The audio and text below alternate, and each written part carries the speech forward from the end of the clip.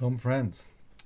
And Parshat Mishpatim in Chodesh Tafshin in the spring or late winter of 1940, the Piaseczner Rebbe has a really interesting discussion of the phrase Naseh v'nishma, that Am Yisrael, when we're receiving the Torah, we said we'll receive it and we'll hear about it. We'll do it and we'll listen. And it's very famous idea in Judaism that Am Yisrael accepted the Torah even before we knew the details, that we were so happy to serve HaShem that we agreed before reading the small print.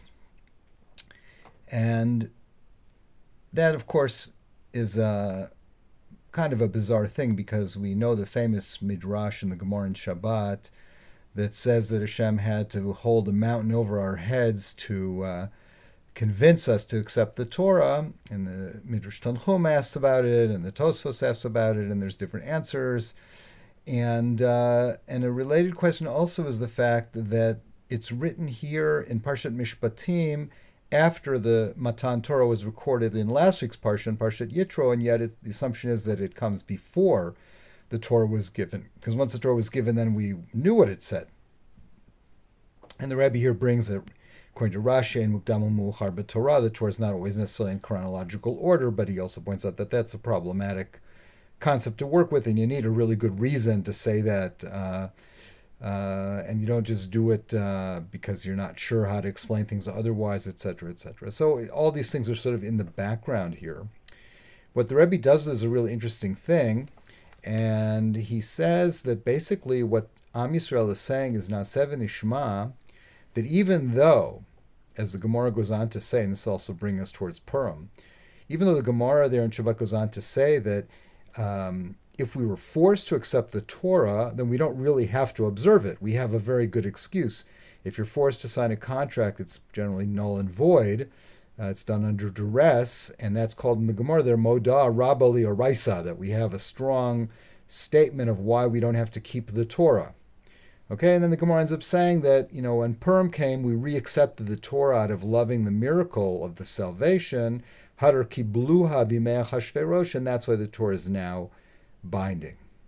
So Rebbe has all those things that are flying around in the background behind this short, seemingly simple, but actually very deep drasha, and he says that what Am Yisrael was saying, and this is also the reason that it comes here after the Torah is given, why it's recorded in that order, and also dealing with the whole implications of the Midrash and the Gemara and Shabbos, is that we're saying Naseh v'nishma, meaning even though you try to coerce us into accepting the Torah, we're going to keep it anyways, even though we have a perfectly valid legal excuse to not have to do the mitzvot, because you tried to coerce us into doing it. And he has other drushot about that coercion, but that we've talked about it other times. We're going to serve you anyways. We're going to do the mitzvot anyways. We're going to naaseh, even though we don't have to nishma. We don't really have to listen to you, because you tried to converse us, to coerce us, and that's not valid. But we're going to keep the mitzvot anyways. So that's our side. What's Hashem's side of it? He then brings in another ingredient, which is that the Torah records how when Moshe made the brit, the covenant between Am Yisrael and Hashem, he took the blood of the sacrifices and threw half of it on the altar and half of it onto the Jewish people. And the phrase Naseh v'nishma that we said comes in between those two parts. And he says what that means is that Hashem is creating a brit with Am Yisrael, a brit with the Jewish people, that no matter what happens, and even if we have an excuse not to keep the Torah, for example, it was given under coercion or whatever, nonetheless, part of the covenant is that Hashem will take care of us anyways, that Hashem will look out for us anyways, that Hashem will bring us salvation no matter what, because that's part of the covenant. Covenant is bound up in this whole dynamic of our relationship, which is that even though we have an excuse not to serve you, we're going to serve you anyways. And Hashem is, even though I have an excuse sometimes not to save you, because you're not serving me or whatever, I'm going to save you anyways. And the Rebbe basically comes out of this with a very strong statement of the intrinsic, deep powerful, endless, unbreakable connection between Am Yisrael and Hashem, which of course is so powerful for him to emphasize in the middle of the Shoah, and should give us great comfort and strength as well as we go through difficult times.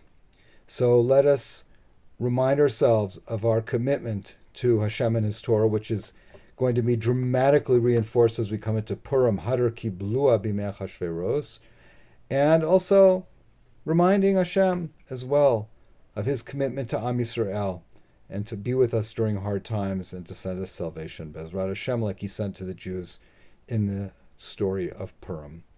Kol Tuv, Shabbat Shalom, and it's Parshat Shkalim, the Shabbos as well, so we're really entering into high gear for Purim. It should be much great simcha and salvation for Am Yisrael on this holy day of Purim coming up in a few weeks. Kol Tuv, Shabbat Shalom.